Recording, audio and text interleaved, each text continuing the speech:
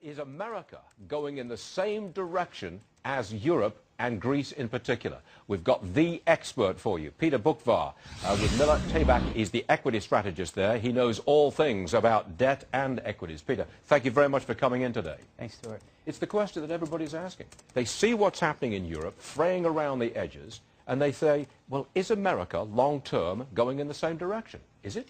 We're going in the same direction. The question is how do we respond to it? Because the debts and deficits are in an inevitable path upwards. But how do we deal with it? Do we make the tough choices? Do we break promises to the American people? Do we slash spending? Or do we try to inflate our way out by debasing our currency, monetizing our debt, and cross our fingers and hope that works? Well, what do we do?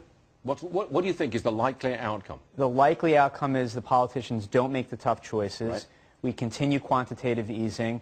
Bernanke starts again at some point, and again this could be years in the future, buys treasuries, tries to inflate our way out, and we pay down the debt with a debased currency. That's what. So inflation is the long-term probable outcome of this situation we've got going now. That's what you think. From a sovereign standpoint, it's the unfortunate, in my opinion, end game. You have three ways of paying down debt. You write it off, you pay it down, or you inflate your way out. The first two are very politically difficult when you're dealing with Washington. But we're miles away. I mean, we're miles away from this explosion of inflation. Well, years away. The hope is that we can start growing again, start generating tax revenue again, and grow our way out of this. Unfortunately, we cannot grow our way out of a $14 trillion debt that grows $1 trillion a year. Well, grow our way out from the point of view of sustaining it for further.